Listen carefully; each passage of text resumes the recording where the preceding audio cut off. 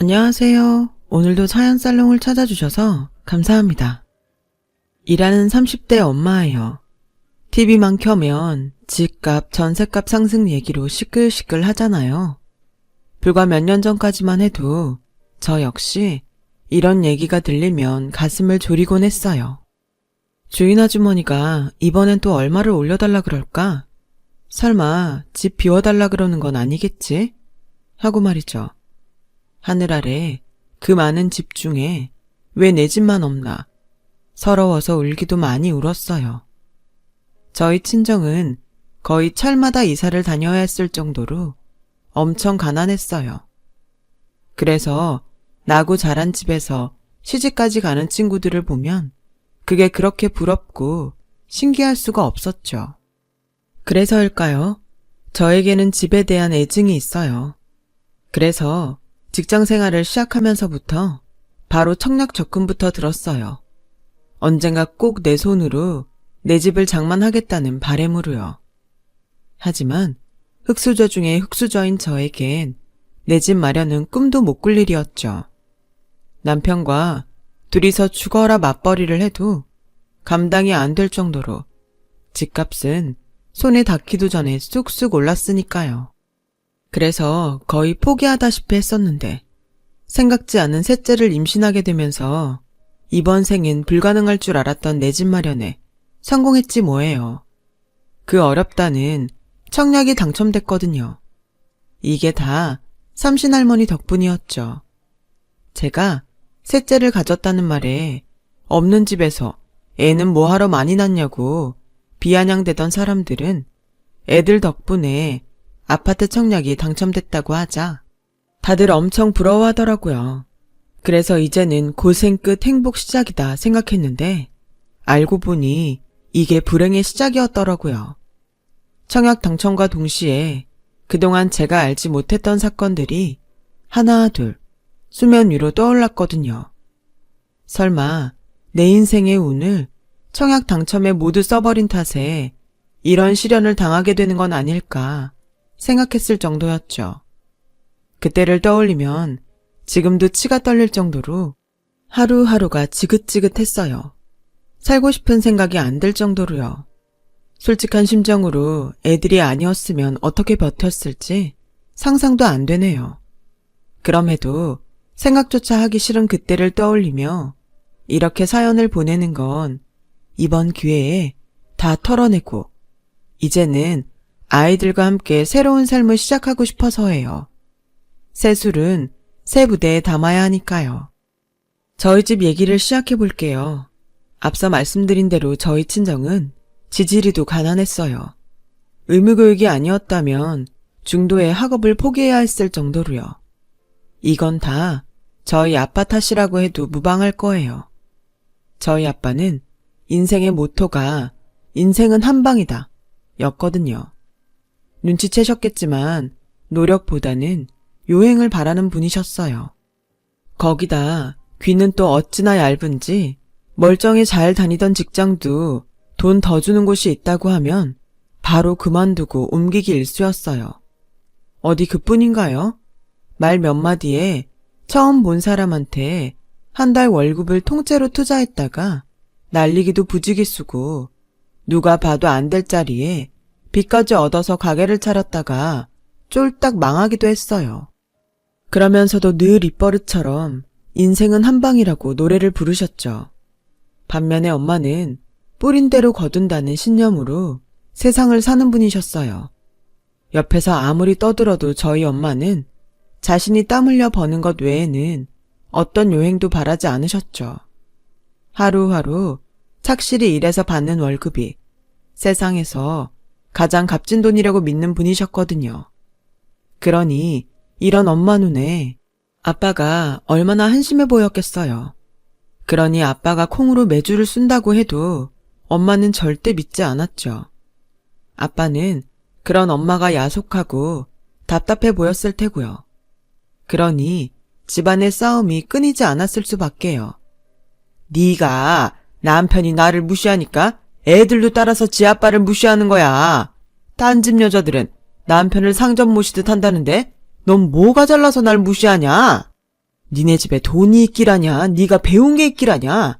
아무것도 없는 주제에 고개 빳빳이 들고 하늘 같은 남편한테 대들고 말이야.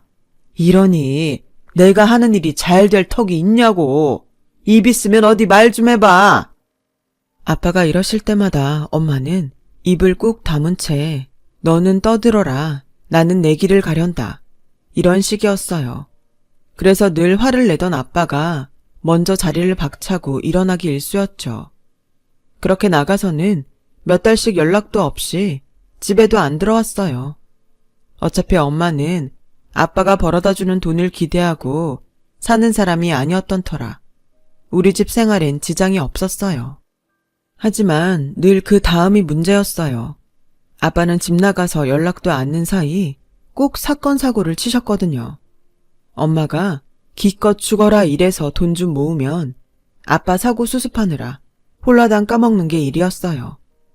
이런 아빠 때문에 엄마는 일을 하도 많이 해서 40도 안 된 나이에 손에 류마티스가 걸릴 정도였어요. 손가락 마디마다 뼈주사를 맞아가며 남편 대신 식구들 건사하느라 엄마 손은 막리라는 남자 손보다 거칠고 험했어요. 물론 제 눈에는 그런 엄마 손이 세상에서 가장 고귀해 보이긴 했지만요. 이런 엄마의 고생이 끝난 건 아빠가 교통사고로 세상을 떠나시고 연년생이던 저희 자매가 직장 생활을 시작하면서부터였어요. 수십 년 동안 도시락 공장에서 일을 해오셨던 엄마는 저희 자매의 닥달에 못 이겨 난생 처음 전업주부로 살게 되셨거든요. 하지만 평생 일을 하고 살아오신 분이 하루아침에 집에서 손 놓고 지내는 건 쉽지 않았나 봐요. 언제부턴가 저희 자매 모르게 종종 아르바이트로 친구분이 하시는 스크린 골프장에 나가 카운터를 봐주시곤 하시더라고요. 말려도 소용이 없었죠. 죽으면 썩어질 몸뚱이 움직일 수 있을 때까지 움직여 일하는 게 나아. 사지육신 멀쩡한데 놀긴 왜 놀아. 이러시면서 말이죠. 그런데 알고 보니 제가 이런 엄마 성격을 닮았더라고요. 저도 이날 이때까지 출산 후 산후조리 3개월 한 것 외에는 계속 일을 하고 살았으니 말이에요. 제가 남편을 만난 건 고등학교를 졸업하고 직장 생활을 하던 때였어요. 당시 저는 회사의 배려로 야간대학에 다니고 있었는데 그때 남편이 일하는 인쇄소에 제본을 맡기느라 드나들면서 안면을 트게 되었어요. 지금은 그러는 사람이 없지만 제가 대학에 다닐 때만 해도 교재를 살 형편이 안 되는 학생들은 인쇄소에서 제본을 떠서 보곤 했거든요. 저 역시 한푼이 아쉬운 처지여서 그렇게 교재를 만들어 보고 있었죠. 퇴근 후 강의를 들으러 다녀야 했던 저는 늘 종종걸음을 치며 바쁘게 다녔는데 남편 눈에는 그런 제가 퍽 안쓰럽게 보였던 모양이에요. 하루는 제본을 맡겨놓고 찾으러 가는 걸 깜빡했는데 글쎄 남편이 저희 강의실 앞까지 배달을 해주었지 뭐예요. 그리고는 앞으로는 직접 인쇄소에 찾으러 오지 말고 배달을 시키라고 하더라고요. 수십 건도 아니고 딸랑 한 권인데도요.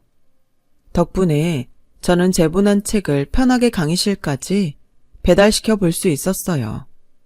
그런데 하루는 과 동기가 자기도 배달을 시켜야겠다며 인쇄소에 전화를 했는데 한 권을 배달해주는 데가 어딨냐며 욕만 먹었다지 뭐예요. 반년 넘게 책을 배달시켜 보았던 저는 그제야 남편의 마음을 알 수 있었어요. 그래서 고마운 마음에 제가 좋아하는 작가의 책을 사서 선물로 건넸어요. 이건 제본 안 해주셔도 돼요. 제가 드리는 감사의 선물이니까요. 그동안 저 때문에 고생 많으셨어요. 덕분에 지각도 않고 편하게 강의를 들을 수 있었거든요. 그런데 이제 안 그러셔도 돼요. 그동안 감사했어요. 저 역시 남편이 마음에 들었지만 일과 학업을 병행하는 것만으로도 벅찬 처지라 거절할 수밖에 없었죠. 그랬더니 남편이 그러더라고요. 비록 책을 배달하러 간 거였지만 난생 처음 대학 강의실까지 가봤어요. 저랑 똑같이 낮에 일하면서 밤엔 공부까지 하는 서영 씨를 보면서 많이 반성하게 되더라고요. 인생을 저렇게 알차게 살 수 있구나. 난 지금까지 뭐라고 살았나 하고요. 응원하고 싶었어요. 지치지 말고 끝까지 해내시라고요. 그러니까 거절은 하지 마세요. 다른 뜻은 없으니까요. 그날 이후 괜한 말을 꺼내서 서로 불편해진 것 같아 한동안 인쇄소를 찾지 않았어요. 그런데 남편이 어떻게 알았는지 제게 필요한 교재를 제본해 강의실로 가져왔더라고요. 제 동기들은 다 제본을 맡기러 왔는데 저만 안 오길래 한 권 더 만들어 뒀다는 거예요. 그러면서 불편한 마음은 알겠지만 졸업하는 날까지는 제본을 맡기라고 하더라고요. 불편한 건 한순간이지만 그렇게 얻은 책으론 한 학기를 볼 수 있는 거 아니냐면서요. 직접 찾아와서 이렇게까지 말해주는데 피해 뭐 하겠냐 싶어서 그 후로 전처럼 남편한테 제본을 맡겼어요. 그렇게 2년의 시간이 흘러 드디어 졸업을 하게 되었어요.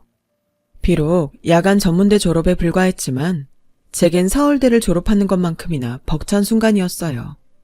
강의 시간에 맞춰 퇴근을 하느라 매일 직장에서 눈치를 보며 애를 태웠던 일과 쏟아지는 잠을 참으려 허벅지를 꼬집으며 강의를 들었던 일, 매 학기 등록금을 마련하느라 허리띠 졸라가며 생활했던 건 물론 교재조차 서점에서 척척 사보지 못해 제본을 뜯어 다니던 일까지 주마등처럼 흘러가더군요. 잘 버텼다. 스스로 칭찬을 해주었죠. 그런데 하필 이 순간 떠오르는 얼굴이 하나 있더라고요. 바로 남편이었죠. 지난 2년간 저를 응원하며 강의실까지 배달을 자처했던 그 남자가 그렇게 그리울 수가 없었어요. 졸업식이 끝나면 다시 볼 일이 없어서 더 그랬는지도 모르겠네요. 그래서 졸업식장에 찾아온 엄마랑 여동생을 먼저 집에 보내고 남편이 일하는 인쇄소로 찾아갔어요. 남편은 평소처럼 인쇄물을 정리해 포장을 하고 있더라고요. 그러다 저를 발견한 남편은 제 손에 들린 졸업장을 보고는 환하게 웃으며 축하한다고 말해주더군요. 그리고 잠시 정적이 흘렀어요. 오늘 이 순간이 지나면 다시 볼 수 없다는 걸 서로가 잘 알고 있었거든요. 그래서 서로 눈도 못 마주치고 서먹하게 마주 서 있는데 그때 인쇄소 사장님이 나오셔서 그러시는 거예요. 아, 뭐여? 애인 졸업식인데? 싸게 가서 짜장면이라도 한 젓가락 해야지. 그러자 얼굴이 새빨개진 남편은 제 눈치를 보며 허둥지둥했어요. 아, 사장님, 그런 거 아니에요. 애인이라뇨. 절대 아니에요. 아따, 나도 눈치가 있는 사람이여. 춘향이 이몽룡 기다리는 거 맨키로 이 아가씨 지나갈 시간만 되면 요래 목을 빼고 골목길만 보던 놈이 아니긴 무엇이하니여. 귀신을 속여 이놈아. 딱 본께 둘은 천생연분이여. 그께 재고 말고 할 거 없이 사겨. 결혼까지 하면 더 좋고. 사장님은 껄껄 웃으시며 남편을 조기 퇴근시켜주셨어요. 얼떨결에 함께 밥을 먹게 된 우리는 사장님 조언에 따라 근처 중국집에 들어가 짜장면을 먹었어요. 첫 데이트에 짜장면이라니. 최악의 메뉴 선정이었지만 그래도 그날 먹었던 짜장면이 세상에서 가장 맛있었던 짜장면으로 기억돼요. 이제 막 시작하는 연인들이 먹기엔 좀 껄끄러운 음식이지만 말이에요. 아무튼 짜장면 데이트를 시작으로 우리는 정식으로 사귀게 되었어요. 서로 넉넉하지 않은 처지라는 걸 잘 알고 있어서 분에 넘치는 사치를 부릴 이유도 없고 체면치레하느라 돈을 낭비할 일도 없었어요. 어쩌면 둘 다 결혼을 염두에 두고 있어서 더 그랬는지는 모르겠네요. 그렇게 3년 정도 연애를 한 우리는 전셋집 보증금이 마련되자 더 시간 끌 거 없이 결혼을 했어요. 어차피 부모님들께 손 벌릴 처지도 아니었기에 우리가 가진 돈 안에서 전셋집과 살림살이를 준비해야 했어요. 둘 다 맞이라서 특히나 각자의 집에 부담을 지우고 싶지 않았거든요. 밑으로 동생들도 있고 부모님 노후도 생각해야 했으니까요. 엄마는 저희 부부의 그런 결정에 대해 별 말씀은 없었어요. 다만 결혼식 전날 밤 제게 그러셨죠. 살다 보니 크게 넘어지는 날이 한 번은 있더라. 그때 비빌 언덕이 있으면 얼마나 힘이 되고 든든한지 모른다. 그러니 힘든 일 생기면 찾아와. 혼자 마음 상해가며 애쓰지 말고. 그날 엄마의 그 한마디가 그렇게 힘이 될 수가 없었어요. 내 뒤에는 엄마가 든든하게 버티고 있으니 세상 두려울 게 없었죠. 그렇게 저는 집을 떠나 본격적으로 신혼집에서 결혼 생활을 시작했어요. 남편은 그동안 제가 봐온 그대로 성실하고 검소한 사람이라 저와는 결이 잘 맞았어요. 그래서 둘 사이의 문제로 싸우는 일은 없었어요. 다만 시댁 문제로 종종 말다툼을 벌이긴 했지만요. 늘 화근이 되는 건 시누이였어요. 제 여동생과 동갑인 시누이는 20대 중반까지도 제 손으로 돈 한 번 벌어본 적 없는 인간이었어요. 그런 주제에 홈쇼핑이랑 인터넷 쇼핑을 어찌나 해대는지 시댁에 가보면 택배 박스가 잔뜩 쌓여 있을 정도였죠. 환갑이 된 엄마가 간병인으로 일을 하며 번 돈을 방구석에 앉아서 철없이 쓰는 모습에 제가 다 화가 나더군요. 그동안 남편도 한두 번 말을 했던 게 아니었어요. 심지어 대판 싸운 적도 몇 번 있을 정도였죠. 그런데도 그때뿐이에요. 정신 못 차리고 제 몸뚱이 치장하는 데만 정신을 팔고 사는 거죠. 그런데 가만 보니 어머님이 딸을 그렇게 키운 거더라고요. 남자는 공부 많이 하면 성공이라도 하지. 여자는 공부 많이 하면 오히려 고생만 하고 살아. 여잔 그저 몸매 관리 잘하고 예쁘면 그게 성공하는 거야. 얼굴 예뻐봐라. 돈 많은 남자들이 줄을 서는데 뭐하러 기를 쓰고 공부하니? 우리 영진이는 가만히 놔둬도 돈 많은 남자 만나 잘 살 거다. 그러니 괜히 일하란 소리 마라. 돈은 내가 벌어서 먹고 살면 되니까. 이게 말이 되는 소린가요? 나이든 엄마는 일하고 사지 멀쩡한 자식은 놀고 먹는다는 게? 게다가 예쁘면 성공하는 거라뇨. 아니, 요즘 세상에 어떤 정신 나간 남자가 얼굴 하나 보고 결혼을 해요. 그렇다고 시누이 미모가 연예인급도 아닌데 말이죠. 길게 얘기하면 입만 아플 것 같아서 어머님 앞에선 입 다물고 있었어요. 어머님 당신이 그렇게 하시겠다는데 제가 뭐라고 할 수도 없으니까요. 저희한테 시누이 먹여 살리란 것도 아니고 말이죠. 그런데 꼭 그런 것만도 아니더라고요. 시누이가 저 몰래 남편한테 용돈을 뜯어가고 있었거든요. 저희 집 재정은 제 월급으로 생활하고 남편 월급은 남편 용돈 정도만 빼고 고스란히 적금을 들고 있었는데 그 사실을 안 시누이가 저 모르게 남편한테 손을 벌렸던 거죠. 남편은 남편대로 자기 용돈을 뺏기고 나니 저한테 손을 벌렸고요. 그래서 참다 못해 시누이한테 전화해 한 소리 했어요. 본인이 돈을 벌든 아니면 주변 사람한테 손 내밀지 말라고요. 그랬더니 어머님께 그 얘기를 해서는 어머님이 남편한테 한 소리 하셨더라고요. 그 바람에 그날 밤 남편과 말다툼을 하게 된 거죠. 자기야, 나한테 따질 게 아니라 당신 여동생한테 일을 하라 그래. 이게 말이 되냐고. 한두 살 먹은 애도 아니고 어떻게 서른을 바라보는 나이에 가족들한테 용돈을 받아 살 생각을 해. 집에만 가봐.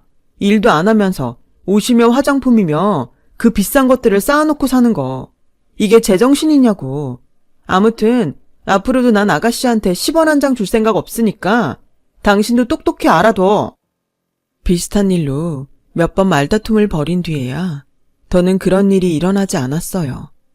그래서 지지고 볶든 시댁 안에서 해결을 하는가 보다 했죠. 그런데 그게 아니었어요. 둘째 출산 후 회사에 복귀하면서 친정 엄마한테 애를 둘이나 맡기게 된 저는 아무래도 나이 든 엄마한테 너무 큰 짐을 지우는 것 같아서 재택근무가 가능한 일로 전업을 꾀하고 있었어요. 그러다 저처럼 재택근무를 해야 하는 사람들이 프리랜서로 구직 구인을 할 수 있는 사이트가 있다는 걸 알게 되었고, 그것을 통해 홈페이지 제작이며 홍보물 제작에 대한 일감을 따낼 수 있었어요. 한동안은 회사 업무와 병행해서 하다가 어느 정도 수익이 보장되고부터는 회사에 사직서를 내고 본격적으로 재택근무를 하게 되었죠. 비록 여전히 바쁠 때는 친정엄마 도움을 받고 있지만 적어도 엄마한테 독박 육아를 떠넘기지는 않아도 되니 마음도 훨씬 가볍더라고요. 그렇게 이직에 성공해 재택근무를 하고 있던 어느 날이었어요. 한동안 이직 문제로 바빠서 신경을 못 썼는데 지난달부터 생리를 안 하고 있다는 걸 알게 되었죠. 워낙 주기가 일정한 편이라 설마 하는 마음에 약국에서 테스트기를 사다가 해봤는데 2줄이 나온 거 있죠. 생각지도 않은 셋째 임신에 처음엔 기쁜 마음보다 눈앞이 캄캄했어요. 둘도 키우기 힘든데 셋씩이나 어떻게 키우나 하고 말이죠. 그래서 그날 밤 남편한테 얘기를 했더니 남편도 저랑 비슷한 반응이었어요. 지금 버는 돈으로는 생활하는 것도 빠듯한데 거기다 애가 하나 더 늘면 적금을 줄이는 방법밖엔 없었어요. 그만큼 내 집 마련은 더 멀어져 가는 거였죠. 그래서 남편한테 어떻게 하면 좋겠냐고 물었더니 일단 하는 데까지 해보고 정 안 되겠으면 그때 적금을 깨서 다시 정리하자고 하더라고요. 그래서 그러기로 하고 일단은 적금을 유지하기로 했어요. 그렇게 시간은 흘러 드디어 출산일이 다가왔고 8시간 진통 끝에 아들을 낳았어요. 위로 딸만 둘이라 아들 소식에 어머님이 특히 좋아하셨어요. 그런데 얼마 뒤 생각지도 못한 행운이 찾아왔지 뭐예요. 아파트 청약에 당첨된 거예요. 결혼하고 8년 동안 매번 탈락해서 우리는 아파트에 살 팔자가 아닌 건가 했었는데 셋째가 태어나면서 가산점이 붙어서 당첨이 된 거였죠. 꿈에 그리던 내 집 마련 기회에 하늘을 날 듯이 기뻤어요. 그런데 누구보다 기뻐해야 할 남편이 얼굴이 하얗게 질려있지 뭐예요? 자기야, 자긴 안 기뻐? 드디어 우리 집이 생기는 거야. 그것도 아파트가 생기는 거라고. 계약일이 언제지? 계약할 때 돈은 얼마나 넣어야 하나? 중도금도 있어야 하는데 우리가 모아둔 적금으로 될까? 자기야, 적금 통장 좀 가져와봐. 그때였어요. 남편이 땅이 꺼져라 한숨을 푹 쉬더니 그러더군요. 미안해. 진작 말하려고 했는데 그 적금 해약했어. 엄마가 급하게 돈이 필요하다고 그래서. 그게 무슨 소리야? 어떻게 나한테 말 한마디 없이 그럴 수가 있어? 그럼 한 푼도 없는 거야? 그 돈을 다 어머님 드렸냐고. 알고 보니 신우이가 돈 많은 남자와 사귀게 됐는데 그 남자를 놓치기 싫어서 가슴 수술이며 얼굴에 온갖 시술을 했던 모양이에요.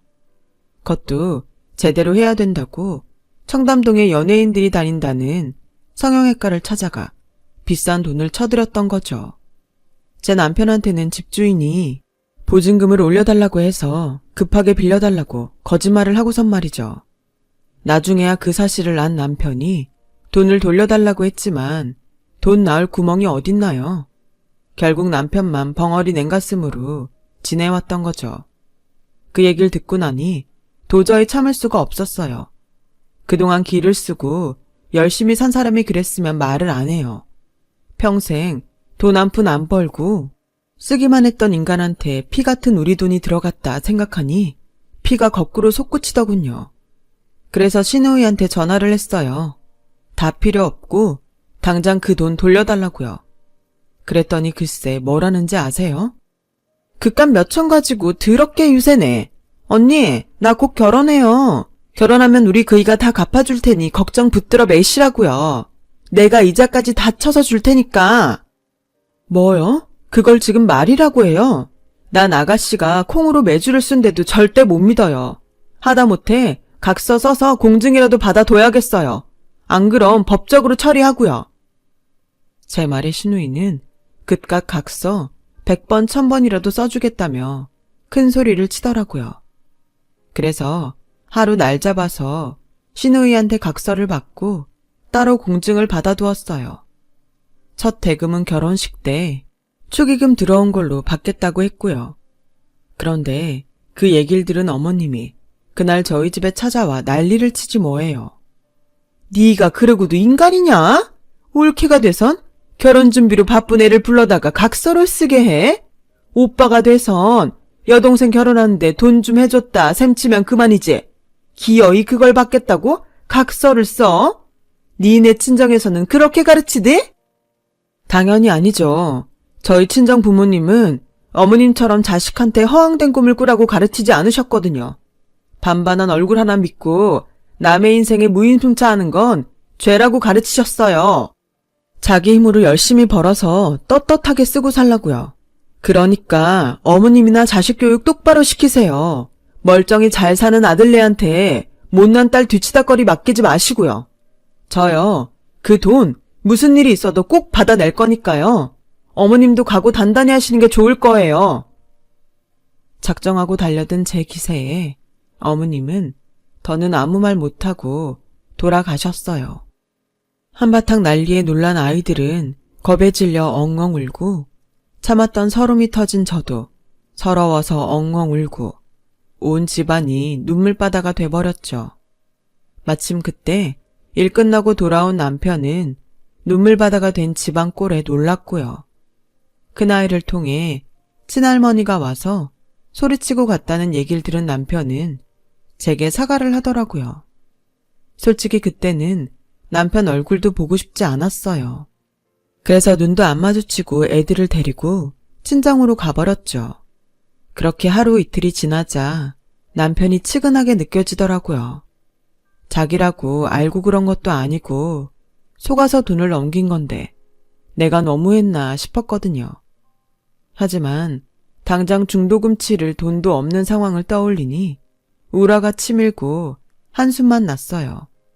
그래서 늦은 밤 불 꺼진 거실로 나와서 입을 틀어막고 울어댔는데 잠결에 그 소리를 들은 엄마가 나왔더라고요. 모든 상황을 전해 들은 엄마는 다음날 제게 통장 하나를 건네주셨어요. 그가 모아둔 돈이야. 이걸로 집을 살까 땅을 살까 고민 중이었는데 마땅한 게 없어서 그냥 쥐고 있었어. 이렇게 쓰려고 그랬나 보다. 이 고비만 넘기면 다 좋아질 테니 이서방이랑 화해하고 집으로 들어가. 너한테 비빌 언덕이 될 수 있어서 엄마는 기쁘구나. 그러니 부담 갖지 말고 마음껏 써. 그날 저는 엄마가 주신 통장을 들고 한참을 울었어요. 그리고 다음날 저는 아이들과 함께 집으로 돌아갔어요. 그런데 웬일인지 남편이 집에 있지 뭐예요?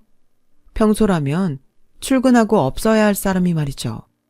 바닥엔 술병이 나동그라져 있고요. 평소 술도 잘 안 마시는 사람이 저랑 싸우고 속상해서 마셨나 했는데 뭐? 인쇄소가 문을 닫아? 경기가 안 좋다 보니 달력을 찍는 은행이나 회사가 줄었다는 얘기는 들었지만 그렇다고 인쇄소가 문을 닫게 될 줄은 몰랐어요. 오랜 시간 함께 일해온 사장님이 더는 버틸 여력이 없다시며 문을 닫자고 했다더군요. 모아둔 돈도 여동생한테 날리고 직장까지 잃게 된 남편은 순식간에 무너져 버렸어요. 그날 이후 방에 틀어박혀 밥도 안 먹고 잠만 자더라고요. 그래서 도저히 이렇게는 안 되겠다 싶어서 아이들을 엄마한테 맡겨두고 남편을 데리고 밖으로 나왔어요. 그리곤 이혼 서류를 내밀곤 소리쳤죠. 자기야, 이 자리에서 결정해. 나랑 이혼할 거야 말 거야? 지금처럼 이러고 살 거면 당장 서류에 사인하고 앞으로 정신 차리고 제대로 살 거면 서류 찢어버릴게. 어떡할까? 당신이 직접 결정해. 난 돈 못 버는 남자는 용서해도 살 의지가 없는 남잔 용서 못해. 실직했다고 하늘이 무너지니? 그날로 인생이 끝나? 자긴 한 여자의 남편이고 새 아이의 아빠야. 그런데 이렇게 나약하게 굴 거야? 살다 보면 누구나 한 번은 넘어져. 그땐 일어나면 돼. 훌훌 털고 다시 일어나서 걸어가면 된다고. 내가 도와줄게. 내 손 잡고 가자. 응? 그러자 남편은 제가 내민 손을 잡고는 서럽게 울었어요. 그런 남편의 등을 토닥여주며 저도 함께 울었죠. 그날 이후 남편은 구직 활동에 나섰어요. 그리고 얼마 뒤 동네 마트에 취직을 하게 되었죠. 창고 정리하고 물건을 배달하는 일이었어요. 비록 전보다 벌이는 못했지만 그래도 다시 일할 곳이 있다는 게 남편에겐 힘이 되는 것 같았어요. 그리고 얼마 뒤 시누이 결혼식이 돌아왔어요. 저는 전투에 나가는 심정으로 남편과 함께 결혼식장으로 향했죠. 상견례조차 안 하고 바로 식을 올린 거라 신랑 얼굴은 식장에 가서야 처음 보게 되었어요. 제 남편보다 13살이나 많은 남자로 이혼 경력이 3번이나 있더라고요. 워낙 돈이 많아서 젊은 여자들이 따르는 모양이었어요. 저희 부부가 대기실에 나타나자 시어머니와 시누이는 인상을 썼어요. 시누이 결혼하는데 찬조금도 한 푼 안 내놓더니 무슨 낯짝으로 식장에 나타나. 좋은 날이니 내 더는 말 안 하겠다. 식 끝나고 어디 보자. 뭐야? 언니는 그렇다 치고 오빠도 빈손으로 온 거야? 진짜 너무하네. 빈손이라뇨. 그럴 리가 있나요? 제가 아가씨 결혼식을 얼마나 기다려왔는데요. 꼼꼼하게 준비했으니까 한번 열어보세요. 저는 준비해간 봉투를 내밀었어요. 시누이는 잽싸게 낚아채 가선 봉투를 열었죠. 그리곤 사색이 되고 말았어요. 제가 작성한 내용 증명이었거든요. 전에 약속한 대로 성금조로 축의금 가져가려고 왔어요. 나머지 잔금은 하루속히 보내주세요. 만약 약속 이행을 거절한다면 전에 말한 대로 법적 절차 진행됩니다. 아, 그리고 신랑분이 아가씨 직업이랑 학벌을 잘못 알고 있는 것 같더라고요. 왜? 가슴 수술만으로는 꼬시기 힘들었나 봐요? 되도 않는 거짓말까지 했게. 그러게 몸에만 치장하지 말고 진작에 머리도 좀 채우지 그랬어요. 이래서 스펙도 좀 쌓고 돈 한 푼 안 벌고 방구석에서 쇼핑만 하는 여자를 누가 좋아한다고. 아가씨 눈엔 돈 많은 사람이 호구로 보일지 모르지만 그 사람들 쉽게 돈 쓰지 않아요. 써야 될 곳과 쓰지 말아야 될 곳을 귀신같이 아는 사람들이라고요. 글쎄, 앞으로 아가씨가 원하는 대로 돈 많은 사모님으로 살게 될지 나이 많은 남자 가정부로 쓰이게 될지 잘 모르겠지만 한번 잘 살아보세요. 제가 두 눈 부릅뜨고 지켜볼 테니까. 할 말을 남기곤 남편과 함께 식장을 나왔어요. 축의금 가방을 들고요. 결혼만 하면 돈을 갚겠다고 호언장담하던 시누이는 전처가 남긴 자식들 키우랴, 치매 걸린 시아버지 모시랴, 고생만 진탕하다가 얼마 전 이혼을 당하고 말았어요. 결혼한 지 반년도 안 돼서 말이죠. 위자료는커녕 몸만 겨우 빠져나오는 걸로 합의하고 이혼했다고 하더군요. 여자는 얼굴만 예쁘면 성공이라고 딸 자식한테 가르치던 시어머니는 결국 남들은 노후를 즐길 나이에 여전히 딸내미 뒷바라지를 하며 살고 계시고요.